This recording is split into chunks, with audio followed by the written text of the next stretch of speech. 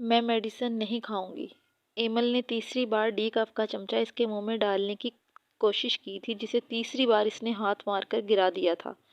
سارا شربت اس کی فراک پر گرا تھا اور سفید پھولوں والی فراک داغدار ہو گئی تھی۔ ایمل نے ڈپٹنا چاہا لیکن دروازے پر ہونے والی دستک اسے اپنی سمت متوجہ کر گئی۔ نگاہیں بے تحاشا ہی وال کلاک کی سمت اٹھیں جو رات 8 کا الٹی میٹم بجا رہا تھا۔ ماسی نورہ 2 روز کی چھٹی پر کلام کے گاؤں میں اپنی بیٹی سے ملنے گئی ہوئی تھی۔ ان کے آنے کے آثار تو نہیں تھے۔ کون ہو سکتا ہے؟ وہ پریشان ہو گئی۔ جاڑے کی ایک سرد طوفانی رات تھی۔ آسمان کے سینے پر چمکتی بجلیوں کی گرج چمک نے ویسے ہی دل دہلا رکھا تھا۔ اس پر ایک تواتر سے برستی بارش ایسے موسم میں کسی ہمسائے یا محلے دار وغیرہ کی آمد ہی عبث تھی۔ ان کے گاؤں میں سر شام ہی لوگ نرم گرم لحافوں میں گھس جایا کرتے تھے۔ دروازہ ایک بار پھر پوری قوت سے دھڑکایا گیا۔ وہ اپنی سوچوں میں الجھی گیسٹ ہاؤس کے مرکزی دروازے تک آئی تو دروازہ ایک بار پھر سے بجایا گیا۔ کون ہے؟ اس نے قریب آ کر بآواز پوچھا۔ مسافر ہوں، مصیبت میں ہوں۔ ٹھٹھرتی ہوئی آواز ان کی سماعتوں سے ٹکرائی تو اندازہ ہوا کہ باہر کوئی پناہ کے لیے کھڑا ہے، یا پھر ہو سکتا ہے کہ وہ راستہ بھول گیا ہو، کوئی ضرورت بھی ہو سکتی ہے۔ کچھ جھجکتے ہوئے اس نے دروازے کا ایک پٹ وار کر دیا۔ مقابل ایک اجنبی نوجوان کھڑا تھا جس نے بلیک لانگ کوٹ کے ساتھ سیاہ پینٹ پہن رکھی تھی۔ مفلر میں لپٹا ہونے کے باعث وہ اس کا چہرہ نہیں دیکھ پائی تھی۔ اس کا دایاں ہاتھ زخمی تھا اور اس سے ٹپکتا لہو اس نے دیکھ لیا تھا۔ ایمل۔ مقابل کھڑے اجنبی کے لبوں سے اپنا نام سن کر اس نے تحیر کے عالم میں سر اٹھایا۔ نگاہوں کا تصادم ہوا اور مقابل کی آنکھیں جھک گئیں۔ وہ سوچ بھی نہیں سکتا تھا کہ اس کی حیات کا گم گشتہ حصہ اسے ناران کی ان پسماندہ گاؤں میں مل جائے گا۔ تم یہاں؟ اس کے لہجے میں تلخی در آئی۔ وہ یوں مخاطب تھی جیسے اس کے سامنے اس کے شوہر کی جگہ کوئی شناسا اجنبی کھڑا ہو جسے آپ پہچان بھی کر بھی یاد رکھنا نہیں چاہتے، اور وہ اس کے لیے اجنبی ہی تو تھا۔ ایک رات کے شوہر کو بھی بھلا کوئی یاد رکھتا ہے؟ میری گاڑی کا کار ایکسیڈنٹ ہو چکا ہے اور اب طوفانی رات میں اندر آ جاؤ۔ وہ اس کی بات کاٹ کر راستے سے ہٹ گئی تھی۔ وہ اس کے ہمراہی میں لابی عبور کرتے ہوئے لاؤنج میں چلا آیا جہاں ایک 4 سالہ خوبصورت سی بچی منہ بسورے بیٹھی تھی۔ ایمل خود جانے کس کمرے میں غائب ہو گئی تھی۔ وہ آتش دان میں سلگتی لکڑیوں کے قریب ہی بیٹھ گیا۔ 2 منٹ بعد اس کی واپسی فرسٹ ایڈ باکس کے ساتھ ہوئی تھی جس میں سے کاٹن لے کر وہ اپنا زخم صاف کرنے لگا، مگر ایک ہاتھ سے بینڈیج کرنے میں اسے کافی دقت ہو رہی تھی۔ وہ کچھ لا تعلقی سے کھڑی دیکھتی رہی، پھر اس کے ہاتھ سے کاٹن لے لیا۔ نہ چاہتے ہوئے بھی وہ اس کی بینڈیج کرنے پر مجبور تھی، اور ایسا محض اس نے ہمدردی کے پیش نظر کیا تھا۔ ماما، یہ انکل کون ہے؟ زینی صوفے سے اتر کر دونوں کے قریب چلی آئی۔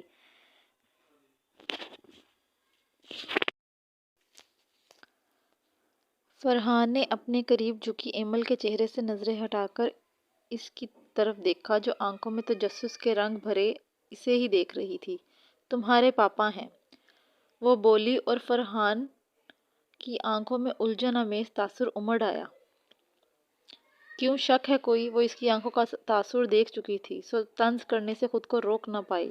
ندامت کے باعث فرحان کا سر جھک گیا۔ پاپا؟ زینی نے اس کے گلے میں بازو ڈال دیا۔ فرحان کے سپاٹ جذبوں کو جیسے کوئی شعلہ چھو کر گزرا تھا۔ اس نے والہانہ انداز میں اپنی بیٹی کو ساتھ لپٹا لیا تھا جو ہو بہو اس کا ہر نقش چرا لائی تھی۔ پاپا، آپ کو چوٹ کیسے لگی؟ اس کا شاید گلا خراب تھا، وہ بار بار کھانس رہی تھی۔ فرحان نے اس کی پیشانی کو چھوا جو پرحدت تھی، مگر وہ سب بھلائے اس کے زخم کا جائزہ لیتے ہوئے استفسار کر رہی تھی۔ بس چھوٹا سا کٹ لگ گیا ہے۔ تکلیف کے شدید احساس کے باوجود وہ محض اسے مطمئن کرنے کو مسکرایا۔ اب پین تو نہیں ہو رہا؟ اس نے فکر مندی سے پوچھا تو اس نے ایک بار پھر سے مسکراتے ہوئے نفی میں سر ہلا دیا۔ نہیں زینی، چلو اب سوئیں۔ وہ اس کے لیے دودھ بنا کر لائی تھی جسے دیکھتے ہی وہ فرحان کے پیچھے چھپ گئی۔ میں آج پاپا کے ساتھ سوؤں گی۔ پہلے ہماری گڑیا دودھ پیے گی، پھر میں اسے چاکلیٹ بھی دوں گا اور اسٹوری بھی سناؤں گا۔ فرحان نے محبت سے اس کے بال سنوارے ہوئے پچکارا تو اس کی آنکھیں چمکنے لگی تھیں۔ آپ کو پریوں والی اسٹوری آتی ہے؟ پریوں والی؟ اس نے دماغ پر زور ڈالتے ہوئے سوچنے کی ایکٹنگ کی، پھر اس بات میں سر ہلایا جس پر اس نے کچھ مطمئن سا ہو کر دودھ لے لیا تھا، مگر وہ اس کی گود سے نہیں اتری تھی۔ پاپا، آپ ہمارے ساتھ رہو گے نا؟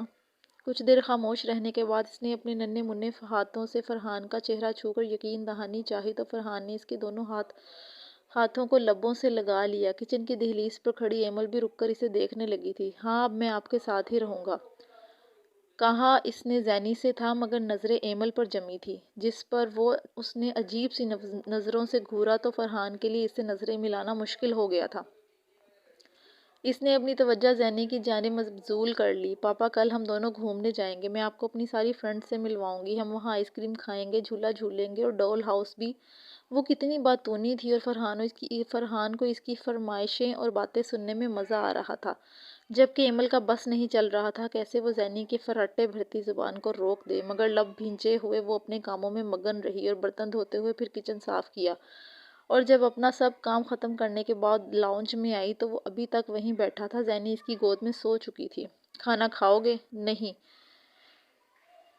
وہ سر جھکائے بیٹھا رہا، لیکن آخر مروت بھی کوئی چیز تھی اور کچھ اپنی رحم دل طبیعت کی وجہ سے وہ ہلدی والا دودھ نیم گرم لے کر آئی تھی۔ گلاس اس کے قریب میز پر رکھنے کے بعد گیسٹ روم کا دروازہ کھولا اور زینی کو اس کی گود سے اٹھا کر اوپر چلی گئی۔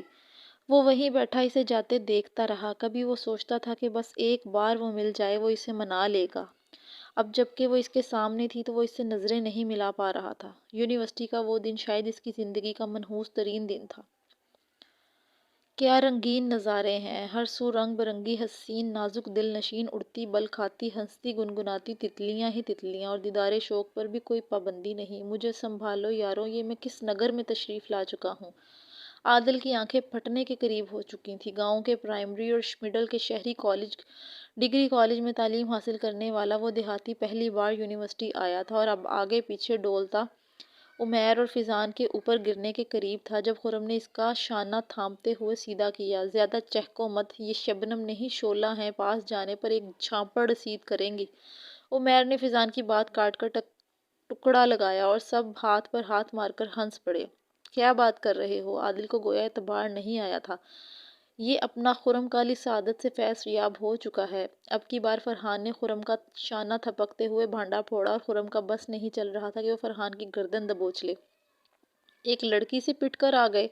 فرحان نے سگریٹ کا کش لگا کر آگے عمیر کو دیا اور تعصب بھری نظروں سے خرم کو دیکھا۔ سب نے خوب کہکا لگایا اور اس کا ریکارڈ بھی لگایا۔ میری جگہ اگر تم ہوتے تو وہ تمہارے ساتھ بھی یہی سلوک کرتی۔ وہ تلملا کر بولا، ارے یہ اپنا شہزادہ جس کی جانب نظر بھر کر دیکھ لے وہ دل نکال کر ہتھیلی پر رکھ دیتی ہے۔ عمیر نے ستائشی نظروں سے فرحان کو دیکھ کر خرم کو مزید جلایا۔ ہر لڑکی ایسی نہیں ہوتی۔ وہ اپنی بات پر مصر تھا۔ ہر لڑکی کے پاس ایک دل ہوتا ہے جس کو محبت کی گرمائش یوں چٹکیوں میں پگھلا دیتی ہے، پھر آپ اسے جس سانچے میں چاہو ڈھال لو۔ ٹھیک ہے تو پھر اس لڑکی کو اپنا اسیر کر کے دکھاؤ۔ اگر تمہیں بڑا مان ہے اپنی شاندار مردانگی پر تو یہ کر کے دکھاؤ۔ خرم نے سامنے سے آتی لڑکی کی سمت اشارہ کرتے ہوئے کھلا چیلنج دیا۔ فرحان نے گردن موڑ کر اس بلیک عبایا میں ملبوس لڑکی کو دیکھا جس نے حجاب اوڑھ رکھا تھا۔ گندمی رنگت، بڑی بڑی آنکھیں، سر و قد، فرحان کو وہ پہلی نظر میں بہت عام سی لگی تھی۔ یار تم پیس وہ بتاؤ جس میں کوئی بات بھی ہو، وہ ناگواری سے بولا، مگر خرم نے بہت سوچ سمجھ کر اس لڑکی کا انتخاب کیا تھا۔ وہ ان کے محلے میں رہتی تھی، امام مسجد کی بیٹی تھی، جس کا لہجہ مردوں سے بات کرتے ہوئے سخت ہو جایا کرتا تھا، جس کا اس یونیورسٹی میں ایک بھی بوائے فرینڈ نہیں تھا، جو اتنی پاکیزہ اور شفاف تھی کہ اسے دیکھتے ہی نظریں احترام میں جھک جاتی تھی۔ فرحان ان سب کو وہیں چھوڑ کر سیڑھیوں کے قریب جا کھڑا ہوا۔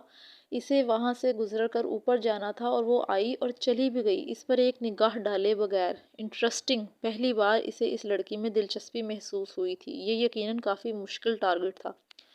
گھر کے اندر داخل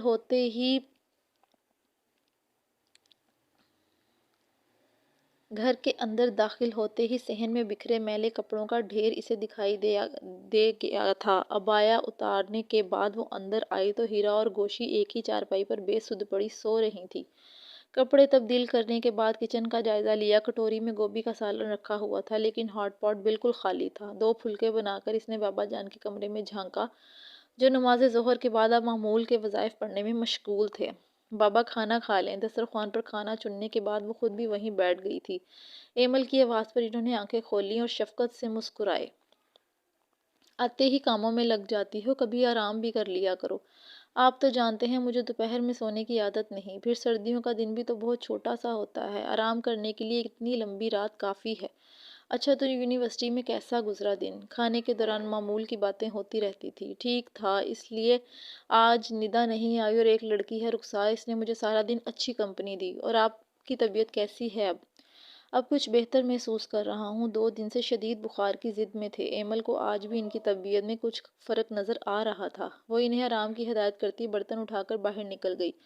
تائی اماں مشین میں پانی اور صرف ڈالنے کے ساتھ خوب رگڑ رہی تھی اور ساتھ ساتھ بڑبڑا رہی تھی۔ آتے ہی مہارانیاں لمبی تان کر پڑ جاتی ہیں۔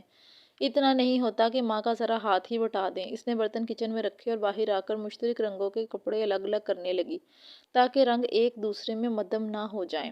رہنے دو بی بی، تم بھی جا کر آرام کرو۔ آنکھوں سے تو کسی کو کام دکھائی نہیں دیتا۔ ان کا موڈ خاصا خراب تھا، جو اکثر ناخوشگوار ہی رہتا تھا، لیکن ایمل نے پرواہ نہیں کی۔ وہ ہنوز اپنے کام میں مگن رہی۔ تائی اماں نے کن اکھیوں سے اسے دیکھا اور وہ بھی سب کچھ چھوڑ چھاڑ کر لحاف میں گھس کر لیٹ گئیں۔ کپڑوں سے فارغ ہونے کے بعد اس نے رات کے لیے سالن چڑھایا اور ساتھ ساتھ برتن دھوئے۔ رات 9 بجے فارغ ہونے کے بعد جب وہ کمرے میں آئی تو وہ دونوں جوڑے ٹی وی کے پاس بیٹھی انڈین فلم دیکھنے میں مگن تھی اور ان کی سرگرمی سے ایمل کے سوا کوئی بھی نہیں واقف تھا۔